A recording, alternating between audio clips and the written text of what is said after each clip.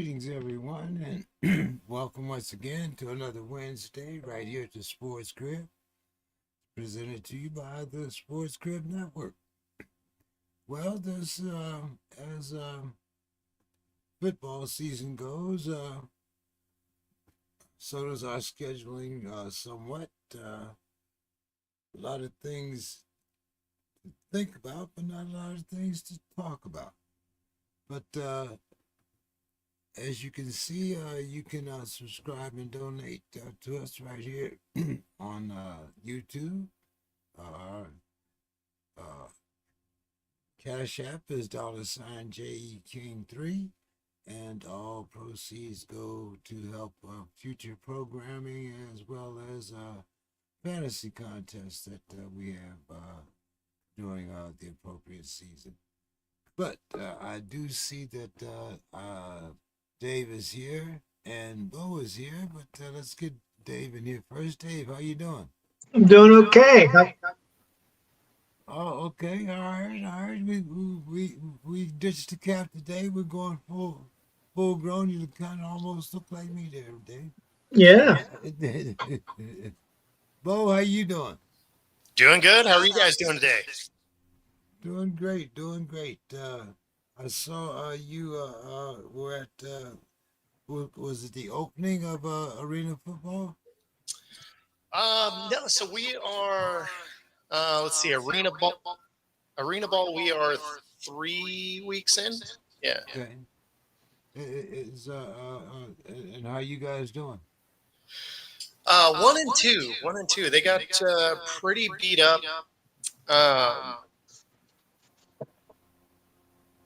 Yeah, let's see. They lost 61-23. So it was a rough last week from the defending champs. Yeah. Got a little bit of an echo. Oh well, okay. So there's as I said, there's been a lot of things that we can talk about in a few sports, but I'm gonna start first. Dave, what's going on in Pittsburgh? There's been some controversy there with this Roberto Clemente plaque and the Buco bricks. A lot of people aren't familiar with the Buco bricks, but hey, being from Pittsburgh, I know about them too. So tell us what's going on there. Was this a lot to do about nothing, or what? Well, I just think it just shows how dysfunctional the franchise is. I mean, they really made some bad PR gestures. They've had the Roberto Clemente sign out there in the right field, and then with no announcement, they put up a commercial ad there. And that really torqued off a lot of people. And then whenever his son, Roberto Clemente Jr., tweeted out about it, then all of a sudden the Pirates responded. And I just think it was just they're tone deaf with and the Buco bricks actually helped the Clemente family, didn't they? It was. I forget what they went in for, but the brick controversy is you had these bricks that people paid for. They've been there for 20 years or whatever, and then they were doing some renovations, and then they found the bricks in at a recycle center, and like this one woman said, her husband, she's a widow now, her husband bought the brick when he was still alive. And if she had known that they were going to be replacing them, taking them out, she would have taken it home. And instead, without any announcement or anything, they just tossed these in a dumpster. And now the Pirates are coming back and say, well, we're going to try to replace the bricks with something, newer, similar. And then they tried to claim that Part of the reason that they removed the bricks was because of the wear and tear from the foot traffic and the weather. But this is all after the fact. So I think both of these, it's just the Pirates are the Pirates fans are gonna be increasingly yelling for Nutting to sell the team. He's not made a public comment about either of these either. And he's just chosen to allow his team president and to go out with team announcements without making his own announcement. But then you combine it with right now the Pirates are 5-8. Scanes or Ace got rocked for 5 runs in his latest start. And the team batting average is 198. So there's not even a good performance to man, make you up need for my it. bat in there, man. Come on, 198. Exactly. I mean, yeah. So it's just showing that it's a very dysfunctional organization. I know that Nutting was at a game, probably I think it was opening day there, and he was just being booed. I mean, mercifully. I mean, they're just. I think he's crossed the Pittsburgh line, and once you cross the Pittsburgh line, you know how it is, James. You're not. Nothing you can do is going to get you back. Nope. Nope. Nope. Nope. Dave, No. I need you to go. Wah! You got the most wicked reverb. I think we both do. I hear James clear, but both you and I have some echoing going on. Usually it's the other way around. Thank God it's not me today. Okay. Let me try something. Bo, you guys, the Mariners got a little, some heartbreaking news too, didn't they? One of your players went down, maybe for the season. Yeah, Robles hit the netting, made a great catch, but it really kind of really hurt his shoulder. Haven't heard exactly what it is, which is why the prognosis doesn't have a timeline yet. But ultimately, I don't know if it's going to matter. I mean, you were talking about the Pirates having a 1.98 batting average. The Mariners have a 1.97. So not exactly killing it either. They just don't have the bats, and they didn't do anything in the offseason to correct that. So all I can hope for is that maybe because he got hurt, they shake up the batting order or shake up the personnel something, because we're striking out like we're a home run hitting team without actually hitting home runs. So it's they've kind of fallen back into that. If you score 4 runs, you beat the Mariners. Just 4. Yeah, okay. That's it. Just 4. Well, Dave, as usual, a little late getting to it, but do we have a Sue's Corner this week? We do. There is an echo. Both Bo and I are echoing, and I tried a couple of things here, but it's not working. So I don't know if it's on my side or. I'm gonna jump out and jump back in. It's not echoing on my side. Oh, so you don't hear an echo from me? No. That's really weird because it's rough. Yeah, see, I had that last program, but it was coming through from my side. Yeah, and Robert in the comments is saying that Bo and Dave have some serious echo. Yeah. Right, No, they. Why don't you go out and James, come you're the back only in, one that Bo? doesn't. It actually makes me think it might be on your end because it might be your mic picking us up.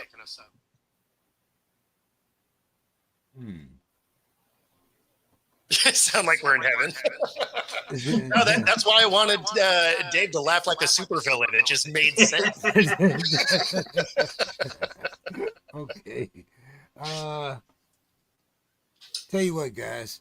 Why don't we do this? Give me 3 minutes, and I'll send you a new link, and we'll see how that one works out. So you can actually leave this one open. Like if you jump out, you can jump back in your own link.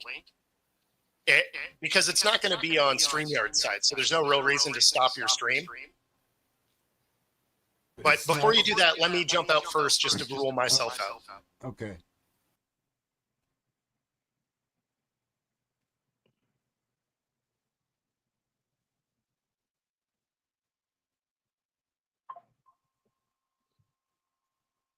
When he comes back on, then I might, and if I don't hear an echo from him, I might try to do the same. Yeah, I had that. Like I said, I had that problem a week ago, but I could hear it. Now I don't hear it, so make sure we're not getting any interference on my phone.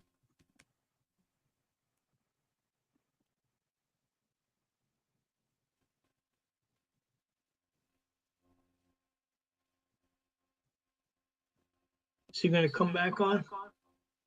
I think that's about right there. Let's. And see if he let him talk, and then Yeah, so it's still there.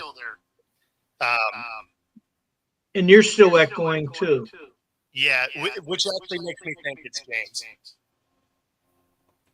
All right, let me try to go out and come back. Let's see if that works. Now. Yeah, there we go. Yep, no echo now. Yep. Maybe I can whip in the Sue's corner real quick before James gets back. Go ahead, Dave, if you can hear me. There you go. We can hear you. And now the echo's back. Okay. And when you were off, there was no echo.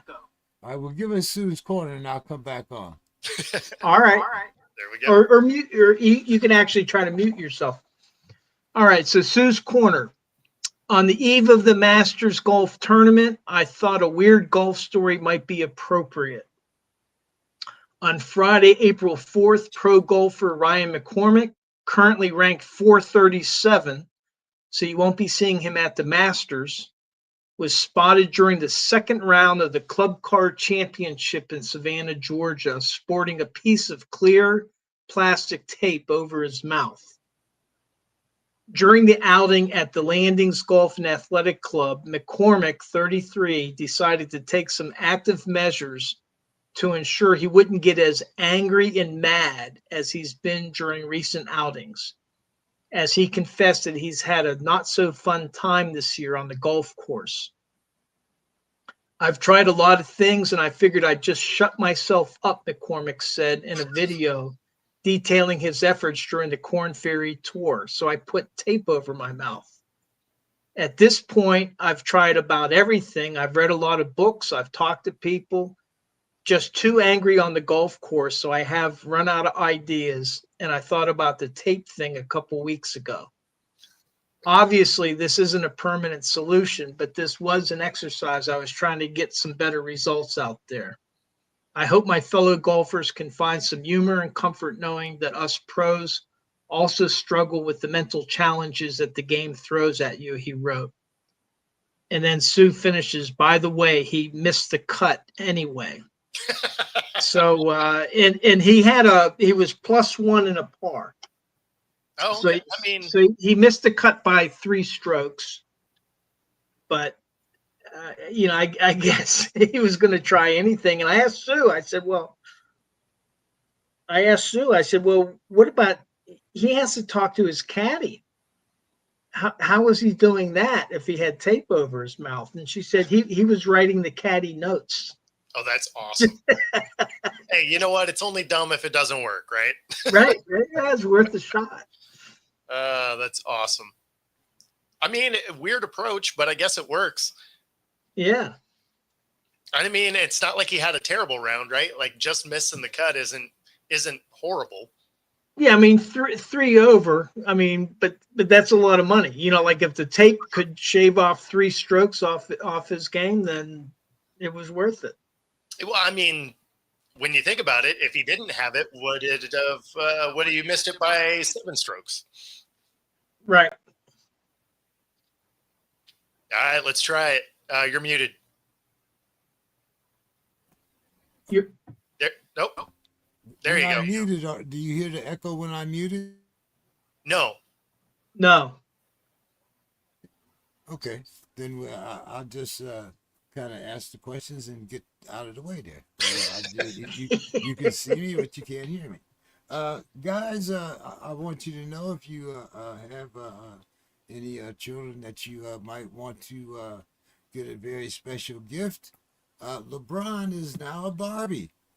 For the price of $75, you can get your LeBron addition to the family.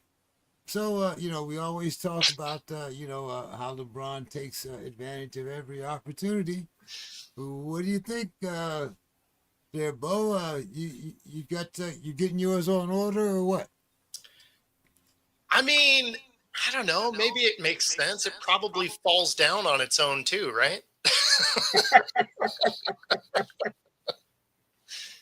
uh Man. I mean, you know what? I can't hate on it though. When you anytime anybody does stuff like this, it makes me think of the Mannings. Like there is an endorsement they've ever turned down. So I look at LeBron similarly, right? Like if they're gonna throw a ton of money at you, why not?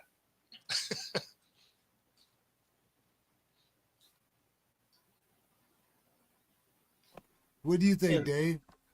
Well, I just looked up on Walmart, and they got regular Barbie dolls with the Malibu travel set for 1988. So I guess she's a cheap date for him. The regular Barbie. Yeah, I mean, hey, if it's going to sell, why not? I mean, in marketing, a long time ago, that you might remember when they had the pet rocks. Yep. Where basically it was just a stone, and people were buying. They were buying these stones. Yeah, with a smiley face painted on it. Like, yes, it's hilarious. So if he's able to sell himself as a Barbie doll, then and hopefully he's actually taller than Ken. Why not if they sell? Yeah. I mean, I'm not in the market for it, but you don't gotta lie to kick it. It's fine. Get him a Steelers vest.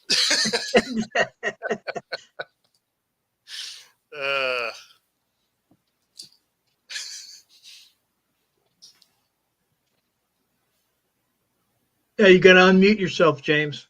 Yep. $75 for a LeBron doll. 75? Yeah, definitely not. Yeah. They say they're going for twice that much on eBay, but what the hell? Okay, guys, little couple decisions here. There's only two of you. I had a couple of you here, but Bo, who was the first Pac-18 player taken in the draft? Pac-18. Well, did it go to the 20 now or Big 20? What they call it? I was like the Big 18, the Pac. Gotcha. Whatever they call it now, I don't know. No, I thought you were asking me a Pac-2 question, and I was like, Pac-18, there's got to be some new developments I am not aware of, because they haven't found an 8th school to be recognized by college football as a conference. Found a third? Well, no, so they have projected ones that they've stolen from Mountain West and stuff like that. So they have 7 schools that are qualified to be football reporting schools. You have to have 8 to qualify as a conference, right? But what they're finding is the way they went about getting the first ones, no other conference is wanting to let schools go. And the fines that it was going to take to get some of these schools out is more than what those schools will make if they leave.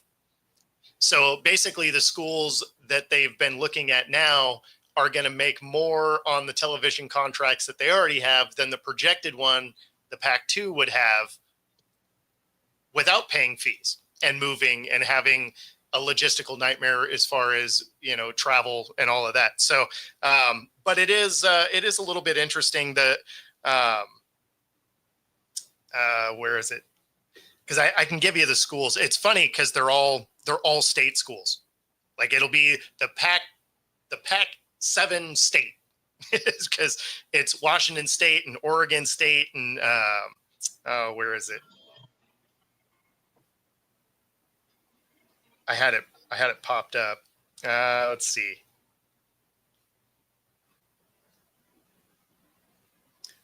So we got, all right. So it'd be Washington State, Oregon State, San Diego State, Boise State, Fresno State, Colorado State, Utah State, and then randomly Gonzaga is going to jump in there, but they're not a football school, so they don't have a team to put in, which puts them at 7 schools, and they have to have 8. So they still haven't gotten to where they need to save this conference. And, you know, now that they've really gone out of their way to destroy this thing, I just hope it burns all the way to the ground. Oh, you're muted.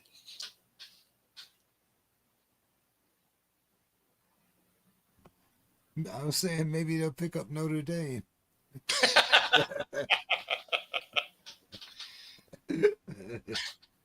They're going to want to go to a real conference. Notre Dame would not want that. Not at all. Yeah, so Bo, who do you think is going to be the first player picked from a Big 18 school? Regardless of position, doesn't matter. You know. Man, that's a good question.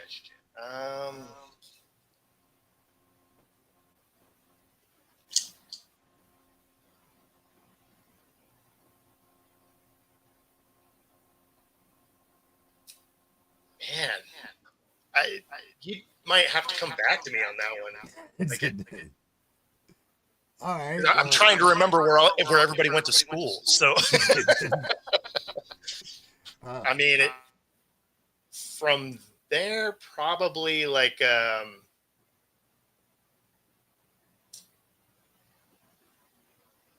don't know, like a Mason Graham, something like that. It's probably going to be a lineman.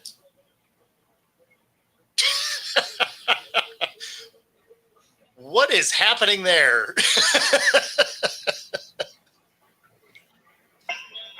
You lose a bet? Oh, Mrs.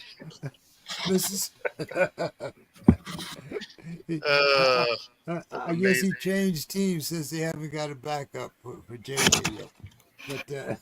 But good evening, Mr. Scott. And what happened? You pick up the wrong hat? Good evening, gentlemen. I mean, I take a lot of flack, for my, I'm right on the border of Wisconsin. I think I've explained my history with the Packers, the first team, and then I'm wearing the shirt. I don't know if you can see this, where it's all rise for the Yankees in honor of first game my dad took me to. The Twins came to see the Yankees. They took me to batting practice. Oh gosh, here's number 9. There's number 7, Mickey Mantle. There's Yogi Berra. There's Hector Lopez. There's Elston Howard. There's Whitey Ford. I mean, there's Moose Scourin. There's Tom Tresh. There's Buddy Richardson. Cleet Boyd. It's almost like a religious experience to actually go to that as a 10-year-old. So that's in honor of that. And I certainly didn't want to cut off the great Bo. I mean, I'm sure he was given a great soliloquy, as he always does. Anthony, I was talking about the Pirates earlier, and they've had a couple huge PR snafus, and they're playing horribly, to the point that there's Pirates fans showing up with Paul Skeens uniforms, pinstripes. So in other words, they don't think he's going to be in Pittsburgh that long. Yeah, I think that's a pretty good analogy there. Man.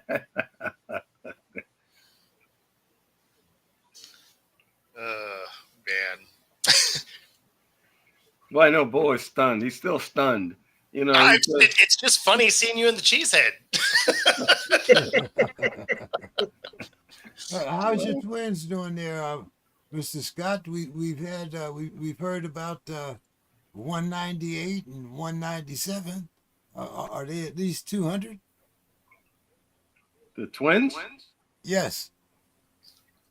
Oh boy, you know they had a game yesterday, and their great pitcher that was supposed to be so great that they trade the batting champion for. I call him I call him Paul Larson. I mean, his name is Pablo Lopez, but I give him the Minnesota name of Paul Larson. And so he goes out a few innings. He's hurt already. I mean, at the beginning of the year, why would you trade a two-time batting champion? Two-time batting champion. Two-time batting champion. Oh, good. I'm glad Don's on because last week with Bo and the man from Atlanta, I didn't have anyone on my side at all. So no, the Twins. Boy, I don't know. I think really the plan is I think they want Baldelli. I think they want the manager out. I think they've had it with him. Byron Buxton, he's always hurt. Oh, Korea. Last year tried to go to San Francisco, wanted $350 million. They said, "Oh, this guy's damaged goods. We don't want him. Something's wrong with him." Went to San Francisco, went to the Mets. They wanted him. Then he comes back to the Twins, and they give him $200 million, and he says, "Oh, I'm so wonderful. I'm so glad to be here." He's doing nothing. So to be fair, I'd be pretty happy to be somewhere if they're giving me $200 million also. Yes, you do have to give him that. But he tried to get $350. He was trying to shake out San Francisco for $350. The price dropped, and he said, "Oh, I'm so wonderful to be here." So I don't know. I don't know about the Twins. I think they're kind of in the same boat as Pittsburgh in a lot of ways. That they're in the league. They're just opponents right now. The Pittsburgh Generals.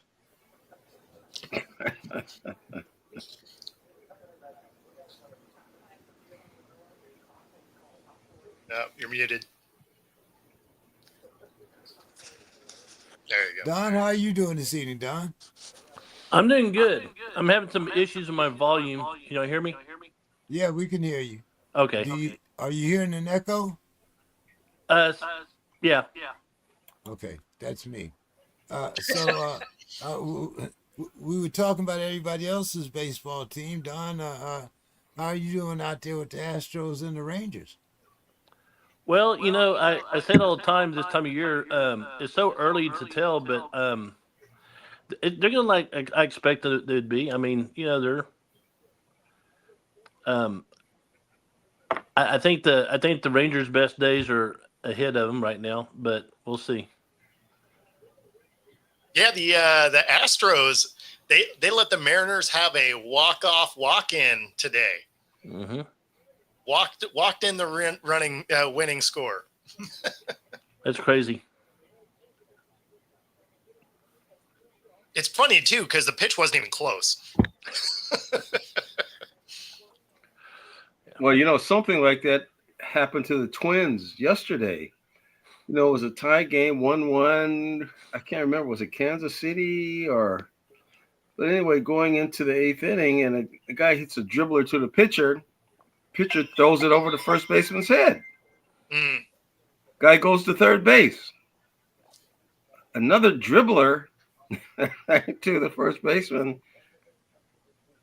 Guy scores. They lose 2-1. Oh, was that one that was it almost looked like it was a full swing bunt, basically. Yeah. But the one to the pitcher, I mean, it was just like, okay, ground ball to the pitcher. All you got to do is toss it. And he tried to throw it very soft, and it just threw it over the first baseman's head. And the guy goes all the way to third base. I just say, wow.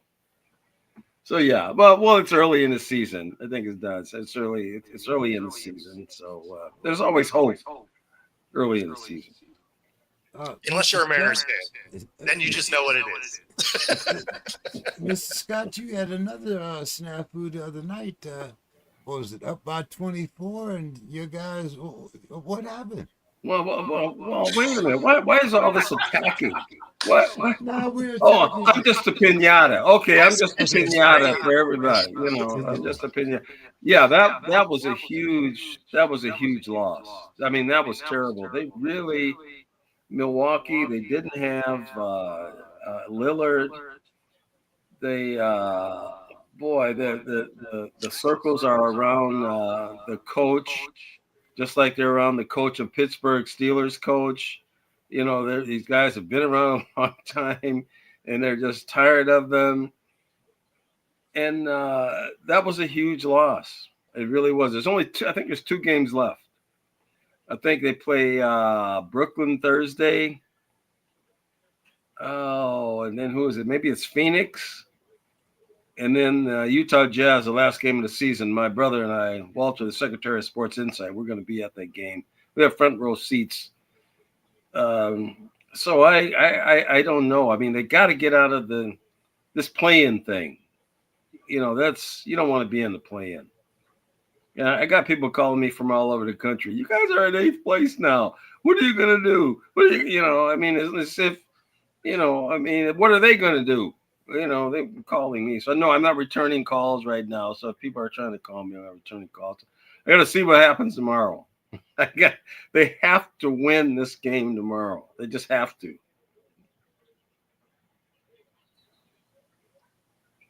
At least that's one I don't have to play with because, the NBA took our Sonics away. So I don't have to worry about us being bad.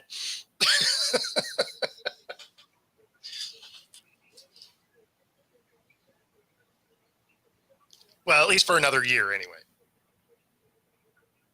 Well, you're ecstatic. Last time I talked to you, Sam Darnold, you're ecstatic about that. You're very happy. Glee. You had such glee last week about Sam Darnold. Glee is exactly how I word that. Hey, I'll feel better about it if we decide to draft any interior offensive lineman. Like if we can figure that out in this draft, then I'll feel better about it. If we somehow forget to do that, I'm not going to feel very good about Darnold being here. Well, it's not as bad as Cleveland. I mean, just think if they had kept Baker Mayfield and those 3 draft choices and those three high draft choices. Just think if they had done that.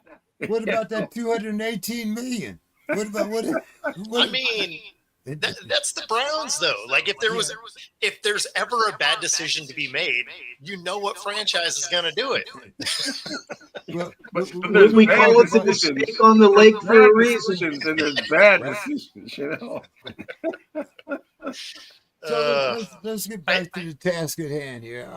Bo, I'm going to give you a couple minutes to think. So, Dave, who is going to be the first Penn State player taken in the draft? Without a doubt, it'll be Abdul Carter. And then the only other person that has a shot at maybe being picked in the first round is Tyler Warren, the tight end. But it's going to be Carter. He'll be the first Penn State player selected. 1, 2, or 3? Well, up until the Browns signed Myles Garrett, I thought he was going to be the second player picked. Mr. Scott, who do you think is going to be the first player picked? I don't know if Minnesota has anybody, but I'm going to give you this question. Who do you think will go off the board first? Travis Hunter or Shakur? Oh, I'd have to say Travis Hunter. I'm trying to think who has the very first pick. Tennessee, and I think the Giants have the second pick, right? Browns go 2. Browns, Giants at 3. Okay. Maybe the Browns. Maybe could they do a deal with Mr. Massage? I think, well, that's going to be another question because I think Mr. Massage, I think, is out. All that money is guaranteed. They're going to have to pay him anyway, but I don't see any reason for him to come back and take up a roster spot. Yeah, no, yeah, he's done. He wouldn't really have any motivation. I don't think to even come back and play with all the guaranteed money he has. And then is he 30? Well, and he's going to miss next year anyway because of his injury. Yeah, Yeah. Yeah. So, you know, yeah. He's a will wrap. will they get an IR spot for him? I mean, yeah, they're not just going to cut him, right? They're going to pay him either way because it's a guaranteed contract. So they may put him on IR because it doesn't burn up a roster spot. I mean, wouldn't that be better than burning up a roster spot for him and he's not going to play anyway? Well, no. So on IR, you have a few like unless they end up with a bunch of people on IR, he can camp out there without tying up any of your 53-man roster. So then if he is able to come back, like maybe you try it, but I mean, I don't know. Like the guy is done. Yeah, I think it's a wrap. I really do. I can't see any scenario really where he could come back. Pittsburgh, they need a quarterback. What about you guys? You're not talking about that. You've derided the man and given his derision of the man. Maybe it's bad enough. That might be your salvation. It's bad enough we're talking about Aaron Rodgers. No way in there. Oh man, I don't know. But Mr. Scott, don't start that shit. Bo, come on. Yep.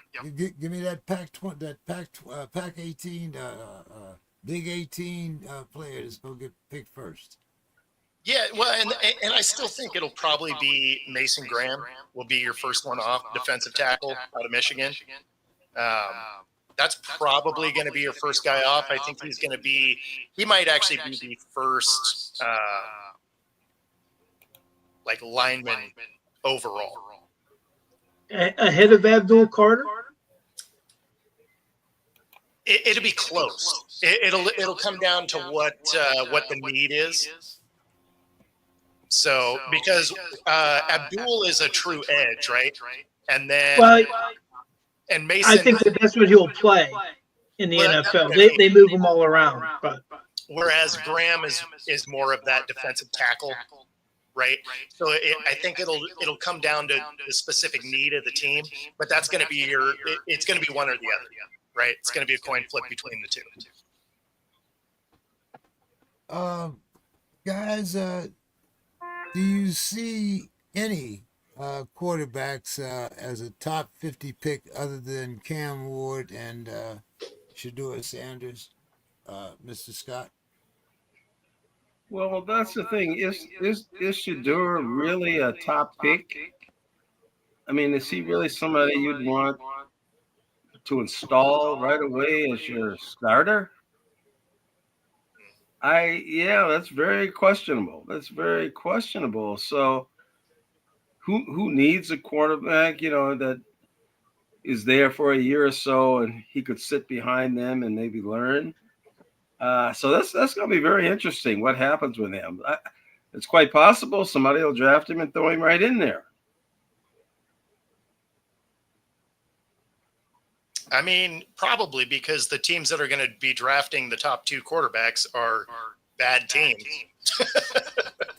So, they need a guy. Well, did you mean top 5 or top 50? Top 50. Well, I would toss Jackson Dart's name in there.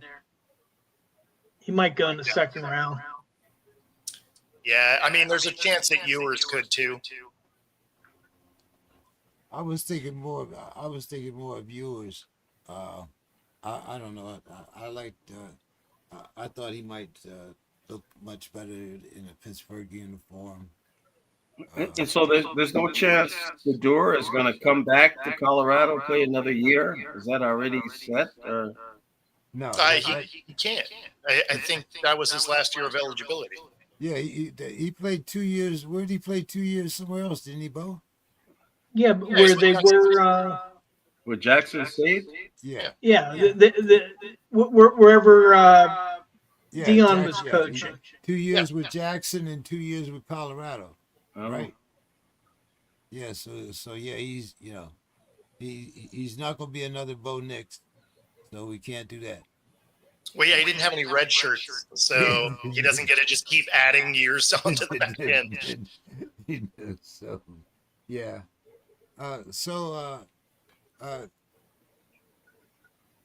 let's go here. First SEC player off the board. That should be a good one. Go ahead, Bo. Let's try you first. SEC.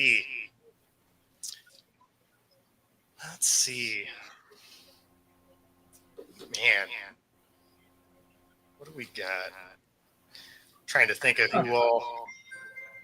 You got one, Dave? Go ahead.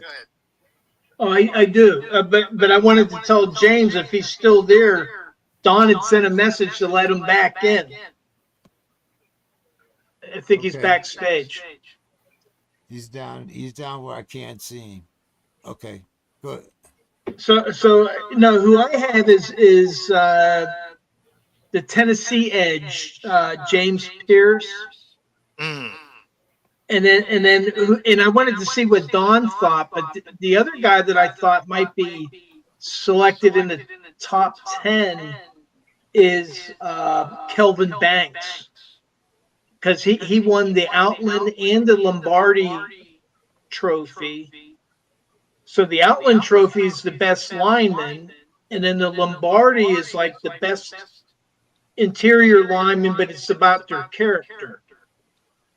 So it seems like he might be a top 10 pick. I wanted to see what Don thought of Kelvin Banks, but I would go with James Pierce being picked ahead of him. But I like that Kelvin Banks. See, and I was thinking it might be the Alabama linebacker Jihad Campbell. Well, see, now you're gonna put Don on the hot spot because I got two questions for him. Okay?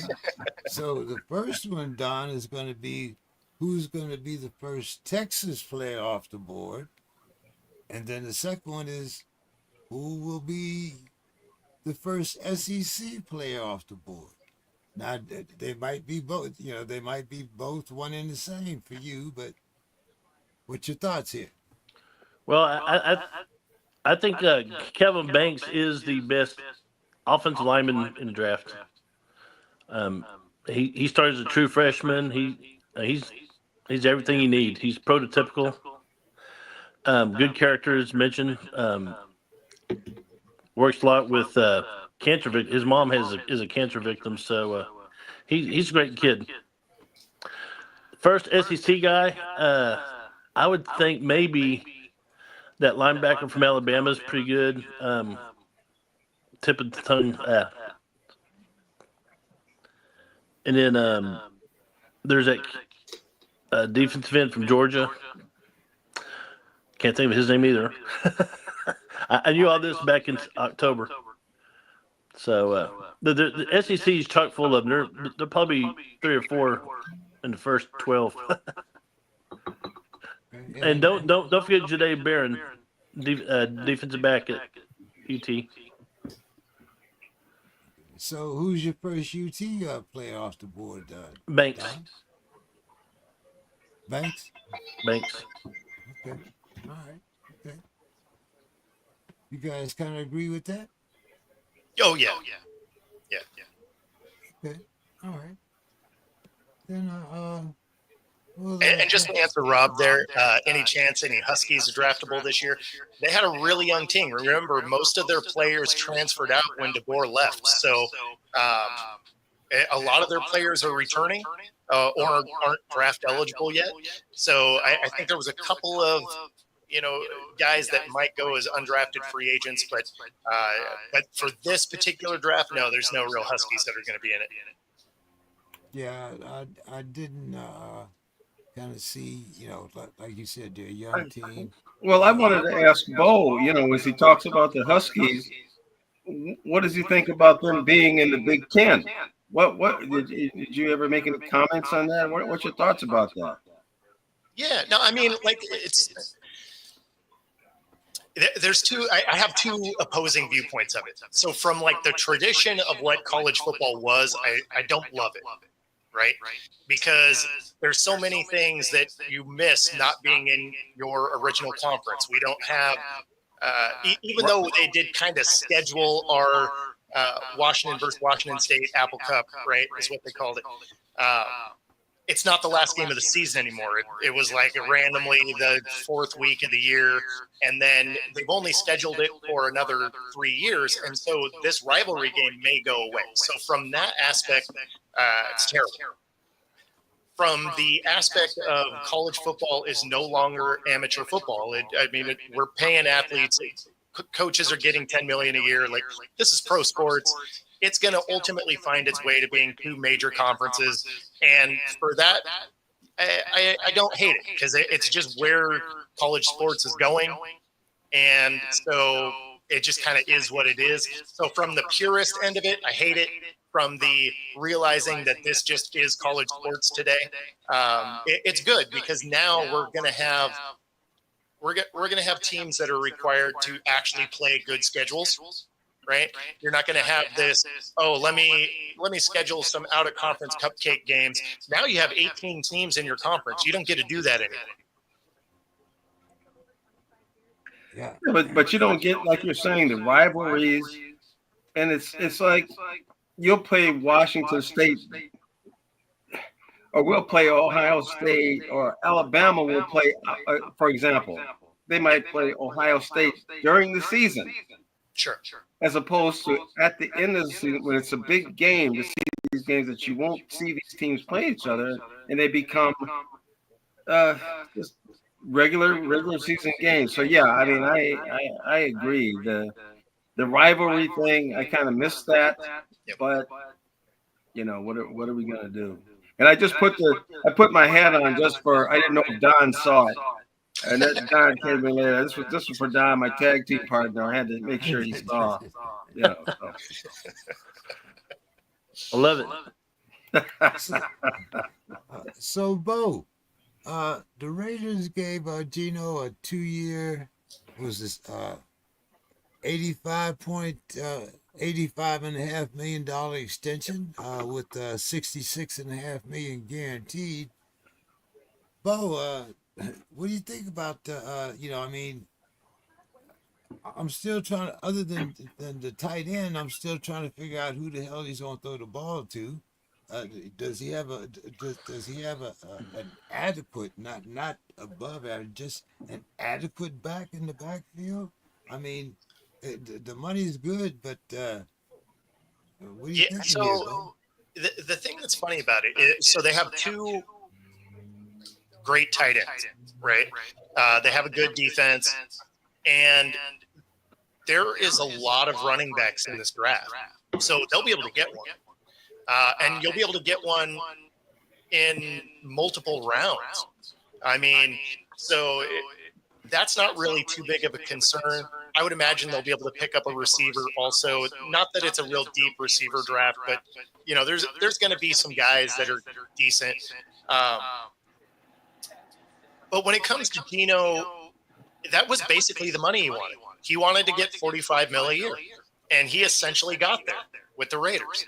It's probably a year less than what he would have wanted. They only gave him a 2-year deal, but it got him that $45 million contract that he wanted. $45 million a year, and it gets him back with feet. He was feeling disrespected in Seattle. Some storylines that came out after the fact during the season. This was something I wasn't aware of until after he was gone. But he didn't like the way things were going with the current coaching, so he was still reaching out to Pete Carroll for coaching. He was still technically part of the Seahawks staff, so I mean, you can't be too mad at it, I guess. But so it sounds like there was a lot that wasn't a good fit, and everybody that was on Pete Carroll's staff or teams, I should say, or have basically been shown the door. So, our current coaching is making it their own, which, I mean, cool, whatever. He got the money he wanted. He got back in a situation he likes. So I mean, we'll see what happens. I'm not sold on the Darnold experiment, but I guess we're gonna find out. Well, that brings up one other question. That brings up another question for Bo. What about the Pete Carroll? Your thoughts on Pete Carroll coming back to the league? You guys got rid of him. You guys summarily dismissed him, basically. Summarily dismissed him. Said the man was too old. Couldn't coach no more. What is your thoughts on this whole Pete Carroll thing? I just wanted to get a... Yeah, so it's... Pete Carroll loves to coach. And he's one of those guys that will coach until the day he passes. Like if someone gives him the opportunity, he'll do it. He loves to do it. He has the energy for it. Like he is 100% that guy. So for him to get it back in the league, he didn't want to leave in the first place. So for him to get back in, obviously there's some fun things with him going to the Raiders because now he's going to battle Harbaugh yet again. They found their way back into the same division together. So they battled between here and the Niners. They battled in college. Now they get a battle again. So, I mean, that's kind of fun. But no, I mean, I think he'd be great. I actually thought he was going to get the Bears job because that was – when you think about the Bears, what's the one thing they've always lacked? It's culture, right? It was always the most, mundane team ever. So if you would have had some of Pete Carroll's energy – with that team, I think it would have been very different. Now, that being said, they're going to be an exciting team this year, I think, anyway. But, yeah, I like him with the Raiders. I think this will be fun. Then, he's already getting some of his players back. He's got a good defense. They're going to get a running back. He has a quarterback that embraces the style of offense he likes to run. Honestly, I think it can work. Tough division, though. Yeah, very, very tough division. Speaking of some more tough divisions, we also have Mr. Scott's Vikings. They retained running back Aaron Jones, Sr., and they kept their cornerback Byron Murphy Jr. The Vikings traded for running back Jordan Mason. And a 2025 6th-round pick from the 49ers in exchange for a 2025 5th-round pick and a 2026 6th-round pick. So, Mr. Scott, are you satisfied with the moves that the Vikings have made? And where's the backup for JJ? Are they still, is Aaron... Is ayahuasca still waiting for that call from Minnesota? No, he's waiting for the call from Pittsburgh. So I just can't wait till that happens. I just want to see how this is going to be just rolled up and the spin when that happens. But no, the Vikings I think they're fine. They made a lot of free agent picks. They really filled a lot of holes. They got rid of their starting center that they drafted big, and they picked up a nice free agent to take care of that spot. Aaron Jones back. They got another running back. And then they still somehow picked up at some draft choices. Because of how this fell, I think they didn't have a one, but now they do. So the big question is the backup. Yeah, that's the big question. I don't know. Maybe Nick Foles. He might be available. I mean, he's won a Super Bowl. I mean, I don't know. I mean, but that's the kind of person that they want. They're talking about Tannehill, but he didn't play last year. So, Any thought I about don't know. Kirk? You can't really draft anybody to really step in there. So that's the one thing they have to do. They have to find the guy. If they're going to find a guy interim starter, or if they're going to get a guy strictly a backup, and if McCarthy's really healthy and ready to go. That's the only question. That's the only question. Hey, guys, the Cardinals made tight end McBride. They gave him a 4-year, $76 million extension with $43 million guaranteed. His $19 million average salary makes him the highest paid tight end in NFL history. Bo, what's your thoughts on this? Hey, you know what? I love it when teams in my division make guys the highest paid ever because it means they can't pay other positions. I'm a big fan. Pay that man his money.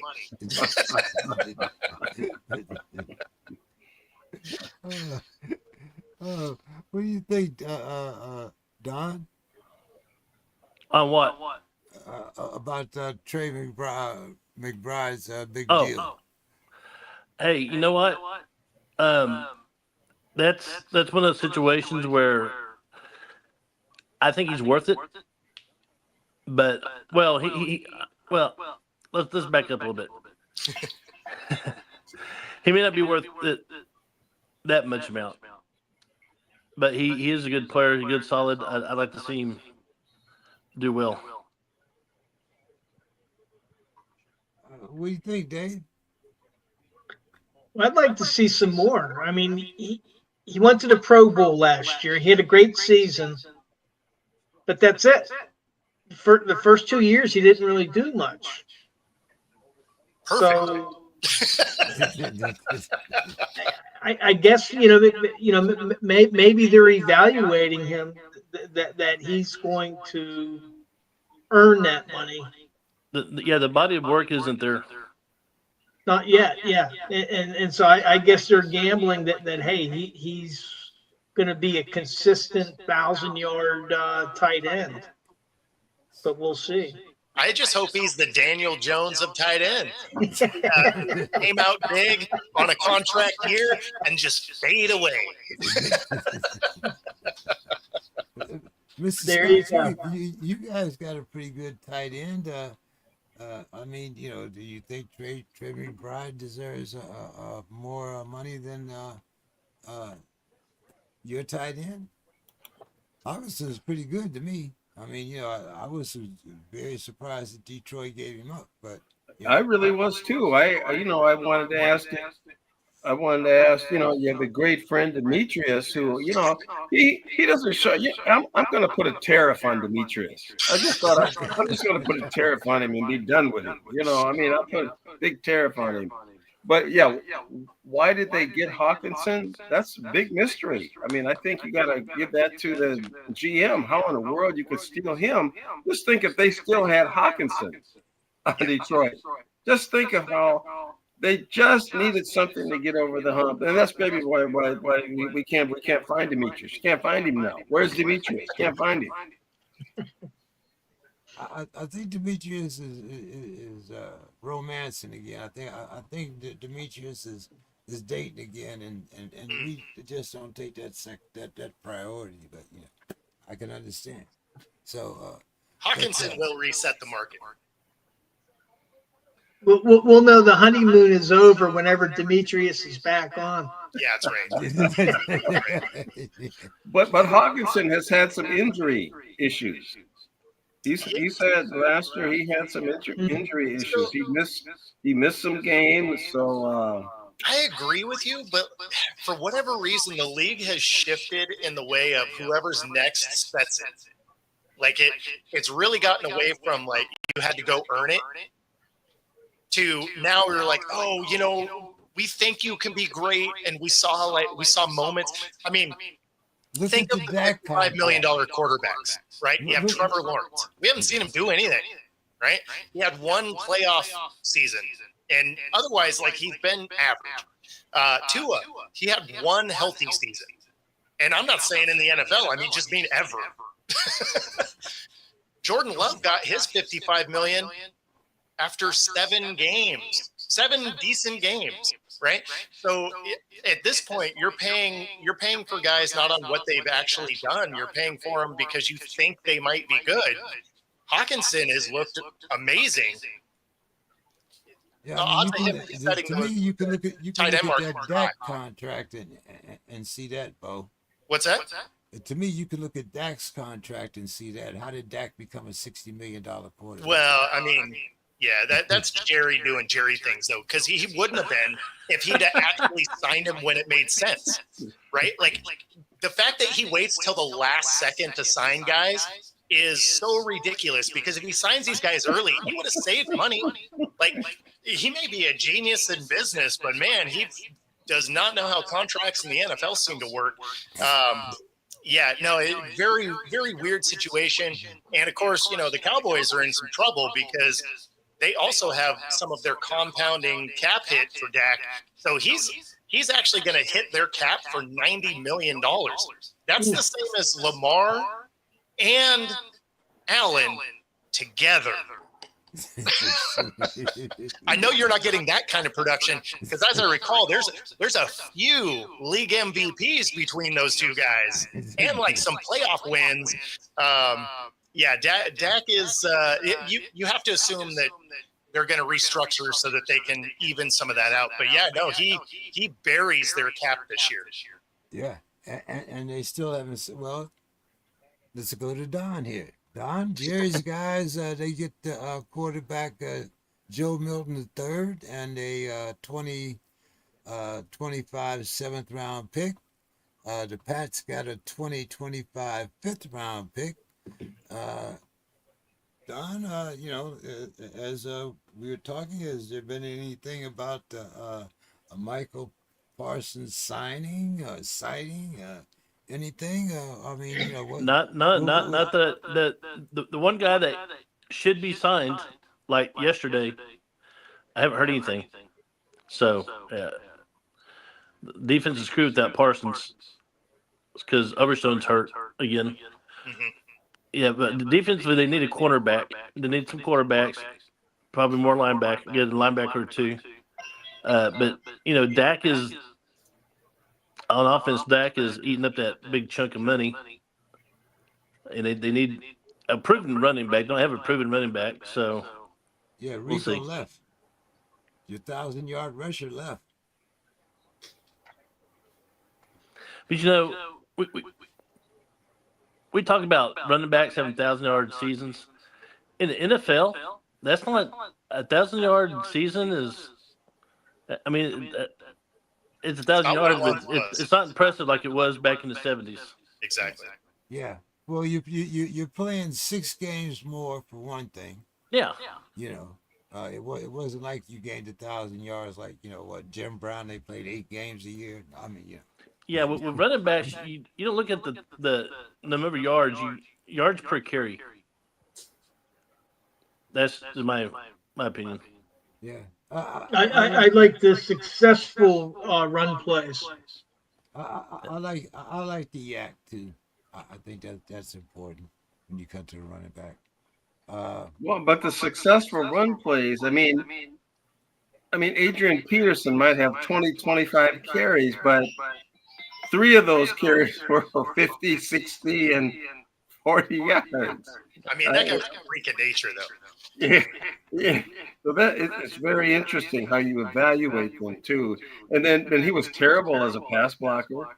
He was terrible. They almost had to take him out on some 3rd downs because he was not a good pass blocker. So it's very interesting. It's a coaching Rubik's Cube. You have to figure out with your running backs these days. You can't just give it to Jim Brown or Earl Campbell. You can't just Walter Payton. You can't just Barry Sanders. You can't just you don't have those kind of guys now for whatever reason. I don't know if the style of play, the coaching, not sure what it is. Well, I think that's why a lot of teams have gone to pairing them up, having a tandem.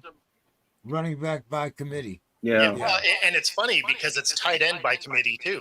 You have a tight end that can catch, and then you have a tight end that can block, because those aren't the same guy anymore. They used to be, but for some reason, the guys that like to catch the ball don't like to block anymore. So, it always makes me think of Jimmy Graham, right?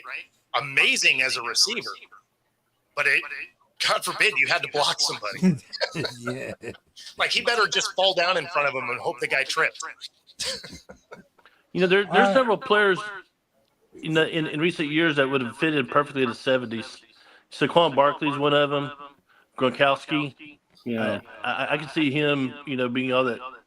I think Yeah. Travis Kelsey would have fit in. Yeah, too. Kelsey, George Kittle. Yeah.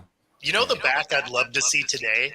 Now that you're seeing linebackers get smaller to be able to, follow these guys in coverage. Imagine how beat up secondaries would get if like A-Train came, if like an outside guy came through who just loved to hit people, and now you have linebackers that are like 30 pounds lighter than they used to be. I mean, he would just be running through dudes. Yeah. Okay, Dave, time for your hot seat now. The Steelers' top 3 draft needs are defensive tackle, running back, and quarterback. Any thoughts on talking to Kirk Cousins? What's the possibility of trading up? And the scouting report on Caleb Johnson, the running back out of Iowa, says he might be available when the Steelers. Yeah, I have to get some popcorn for this. Excuse me, I have to get my popcorn for this. There's actually a fourth question. Why do you guys keep moving the deadline for Rodgers? Just tell him to get rocks. Why are we even talking to Rodgers? Well, maybe you should start there. But go ahead, Dave. Yeah, well, they're not going to talk to Kirk Cousins unless Aaron Rodgers retires. And that's it, because they would have to give up draft capital to give him. And, a 6th-round pick. A 6th-round pick for Kirk Cousins. They don't have. They only have 6 picks. They don't have a 2nd-round pick this year. They're really, really thin right now. They gave up the 2nd-round pick to acquire for DK Metcalf. DK Metcalf. So right now they don't have the draft capital to doing that. Now, in terms of trading up, again,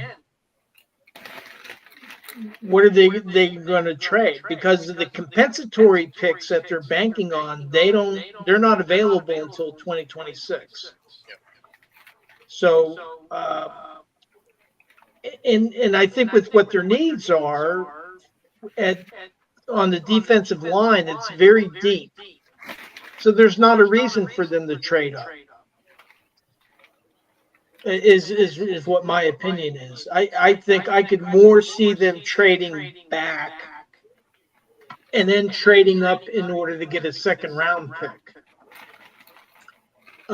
You're asking about Caleb Johnson. Now, he's one of the running backs that have come in for an official visit, but he's one of 8 running backs that they've brought in.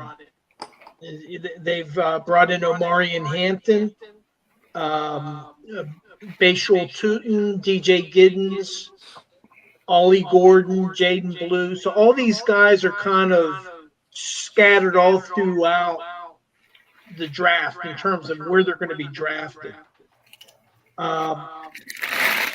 If he's available, I hope that they don't select a running back in the 1st round, because they need to build up their defensive line and their offensive line for that matter, and they can get other running backs in the 3rd round. And Okay, Dave, I don't. What's that?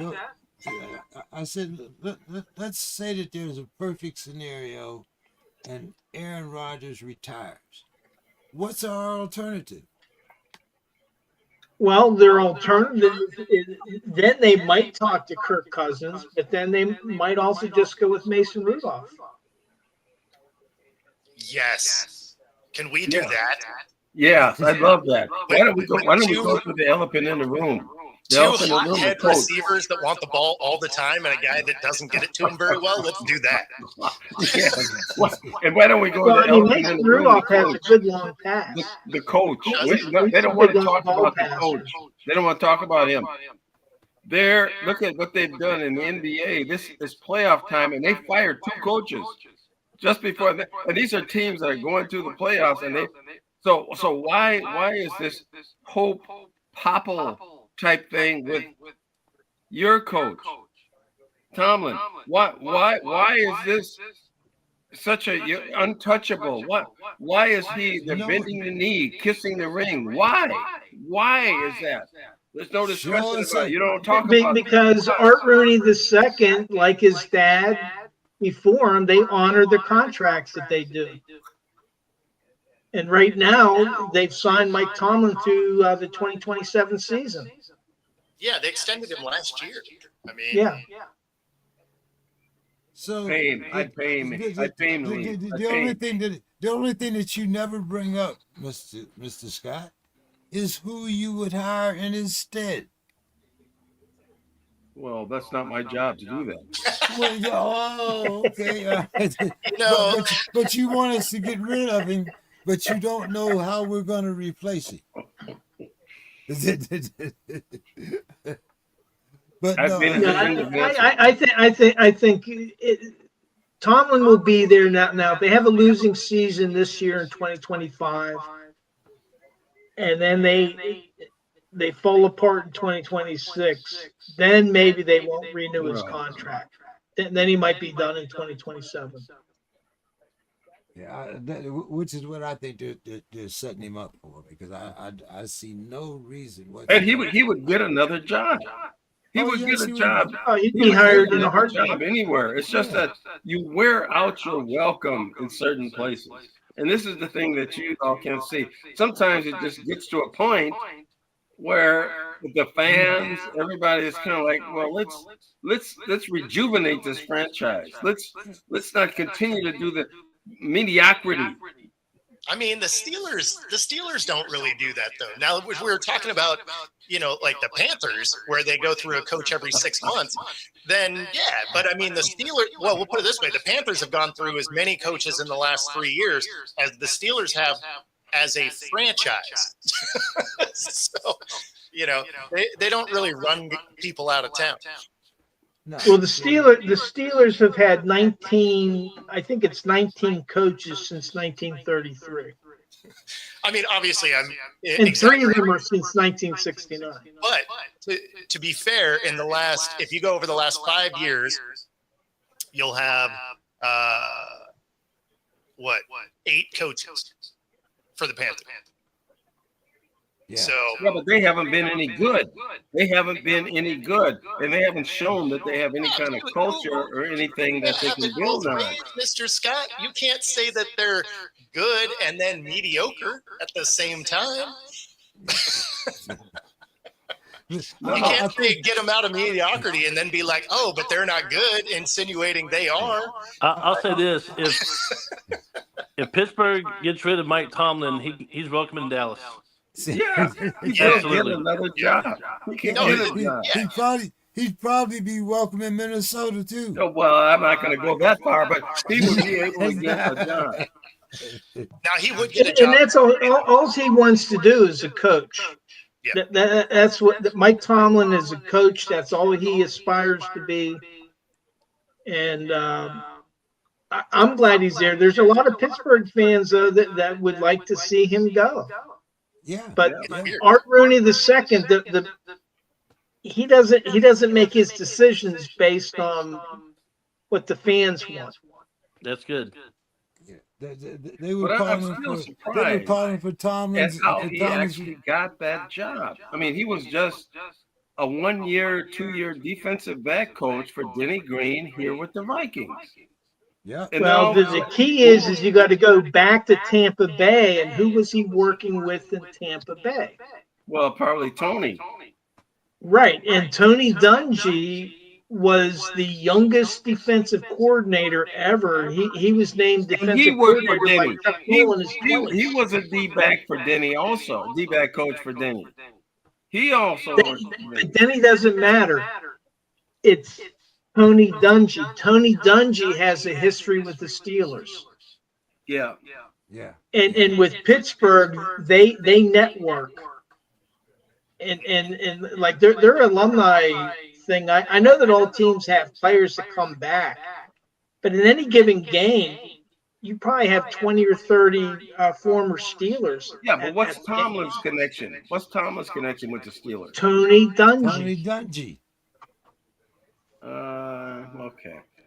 He's also been a coach there Okay, for a few now, years. now I get it. You know, a lot of people don't realize Tony Dungy was the quarterback for the Minnesota Gophers before he went to play pro football. He was the quarterback for the Minnesota Gophers here in the Big Ten. Yeah, I think he's Then the he went last. to Pittsburgh as a free agent, and he was a defensive back for a couple of years. Right, and Tony Dungy is the last NFL player to make an interception and throw an interception in the same game. Because he was a defensive back. He had an interception, and then the quarterbacks got hurt, and they had to stick him out there as the emergency quarterback, and he threw an interception. Well, guys, let's get down here. Let's see our final thoughts. Bo, give me your final thoughts for the evening, my man. Yeah, my final thought, could the Mariners please do something in the offseason so that we can be excited about baseball in Seattle instead of, hey, we have this great pitching staff and all we need is some bats, and then the entire offseason we just decide to do nothing. And then our one big signing was to retain a guy that was decent. Good job, guys. Do better. Okay, done. So this past week, I decided to watch some TV other than my usual stuff. So I watched a movie called Draft Day. You guys seen that? This first time I saw Draft Day. I'm a pretty good Kevin Costner fan. I love his sports movies. Love the game, Bull Durham. So I watched this Draft Day, and I was like, "Damn, how come I have not seen this movie yet?" Maybe I was going through a crisis or something when it came out. I don't know.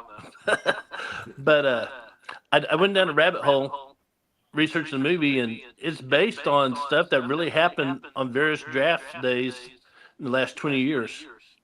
I thought, wow. I wonder which character that Kevin Costner is based on in real life.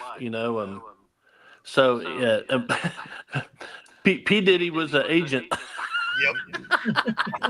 I was like, that didn't age well. I just like that they had Costner as the GM for the Browns. Yeah, that was And cool. when he was making every bad decision, you're like, no, this actually makes sense. Like this might be a documentary, actually.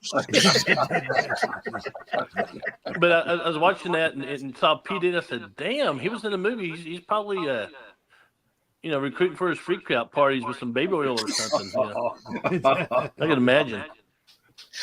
But yeah, so if you haven't seen Draft Day, go see it. I know I'm about 10, 15 years behind this ball, but it's a good movie.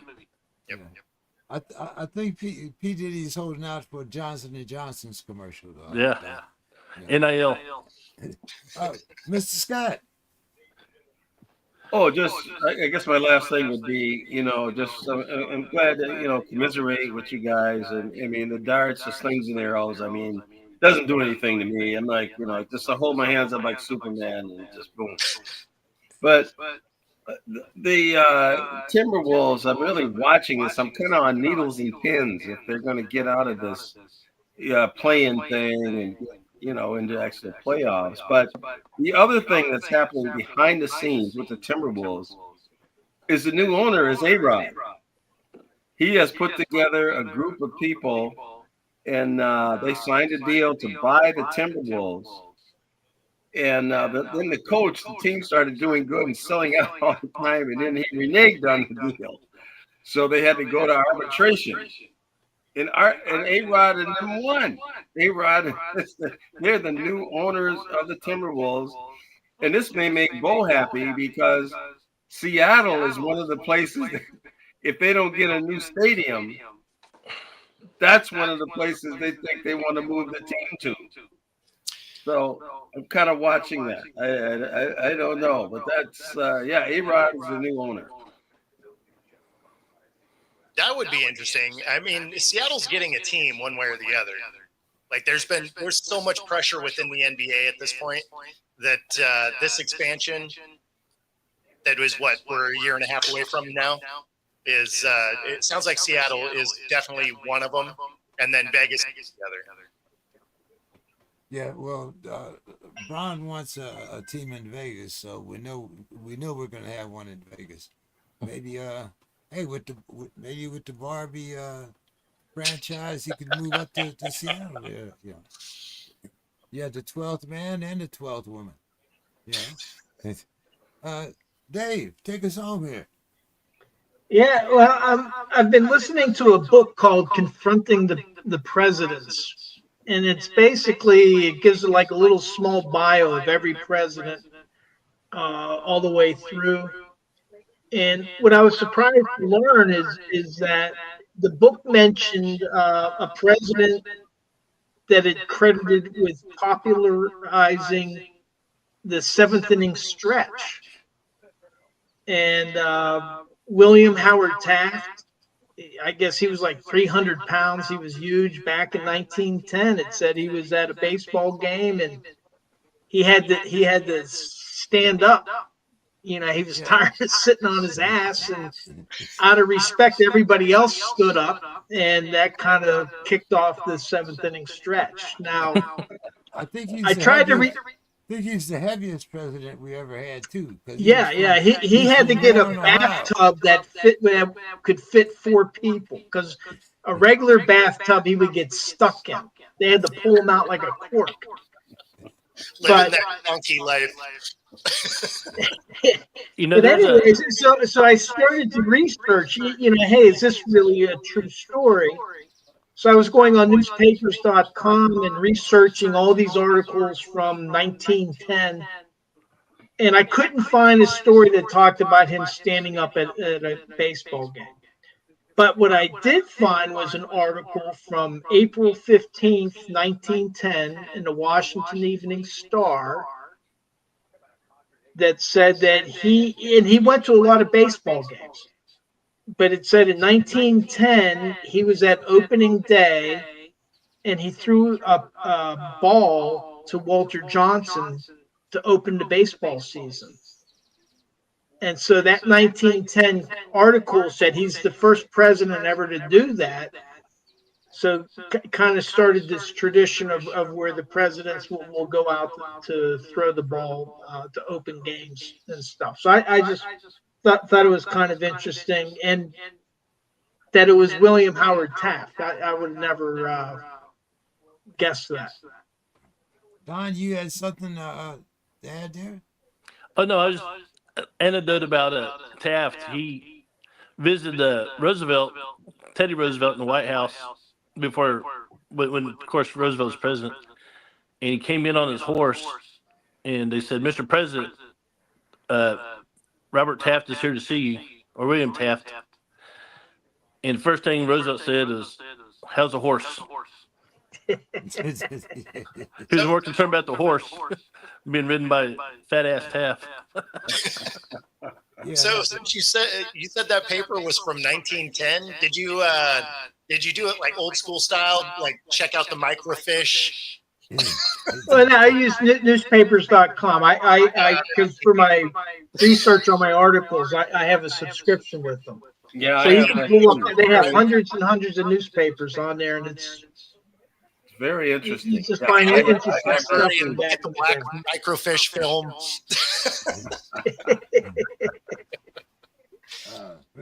Mr. Scott, any new books coming out? Any signings, or I mean, you have a big signing in Green Bay or anything? The only thing we're working on is we have just a documentary, and that's just a bunch of interviews of people in the Twin Cities area. And we had to change the date from May 3rd to sometime in June. And we have a producer, is a guy that did the movie with Purple Rain with Prince. And he's volunteered to do our documentary. So he did all the taping and all the. So that's the big thing that I have going. We're trying to get that trying to get that out there. And there's still all the talk, scuttlebutt about George Floyd, and I'm involved in some of those things to try to clean up that whole thing. But that's for another program. And so yeah, so the sports thing again now, it's the Twins. Trying to say I haven't been to a game yet. And at first you couldn't even see the thing. They had some BS where you had to pay $99 a year to see the game. Okay. Now I have a cable package, and the day before the first game, they said something to me and said, "Oh, now you can see the game." So if I had bought this $100 cable package, my friend bought it and he's complaining. He told me about it. I said, "Well, I just won't watch the games then because I could see everybody else's game. I couldn't see their games." And so now I can see their games, but I guess I got to check my bill to see if they raised my fee. I don't know what they're doing. Yeah, so here in Seattle, we have Root Sports, and so it's an additional fee to watch that. So we have the same thing. Like, we can watch other people's games for free, but if we want to watch our games, you got to go to the bar, really. I'm not buying their app. Yeah. Certainly for not a 197 batting average. Well, everybody should be happy we gave them 4 times the show tonight with the Echo. Yeah, right?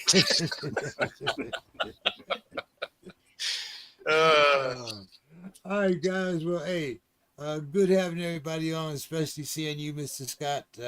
I can't wait.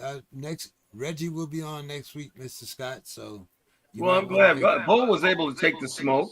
He takes the smoke. So, no, there we go. It's on. It's on like neck bones. Yeah, no problem.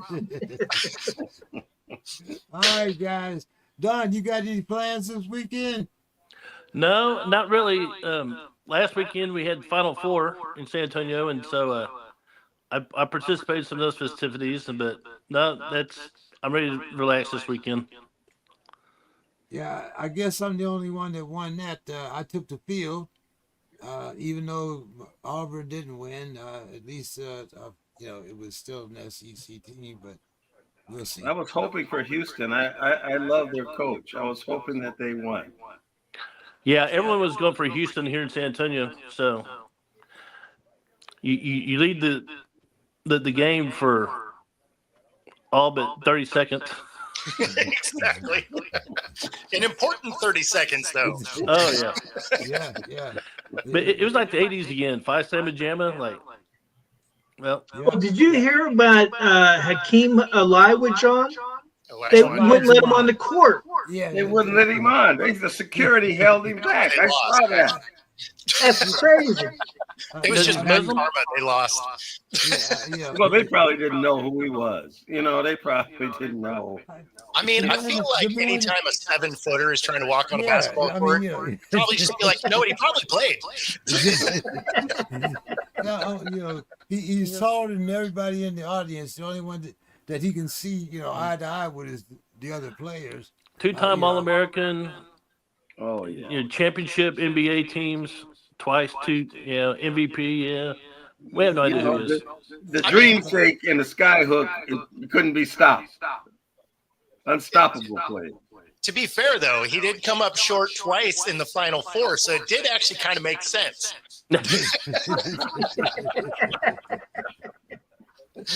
All right, guys. Well, hey, have a safe rest of your weekend. Like you say, we're kind of down to baseball right now. I think arena ball started not too long ago. We got another game this weekend. Is it USL now or USFL now? What is it? Oh, the UFL. Yeah, so they're 2 weeks into that now. Yeah, so Major League Rugby. There you go. Yeah, we're 4 weeks into that. Okay, guys. See, see you guys keep up with your round ball there, right? Okay. All right, guys. See everybody next week. Have a good weekend. Bye. Take care.